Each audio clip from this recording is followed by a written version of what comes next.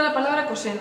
Este é a razón entre o cateto contigua e a hipotenusa dun ángulo. Ten orixe fundamentalmente latina. Os seus componentes léxicos son con, Que significa completamente, e sinus. que significa curva ou cavidade. En galego e castelán dice coseno. En portugués dice cosino. E en francés dice cosino. En alemán dice cosinos. En inglés dice cosine.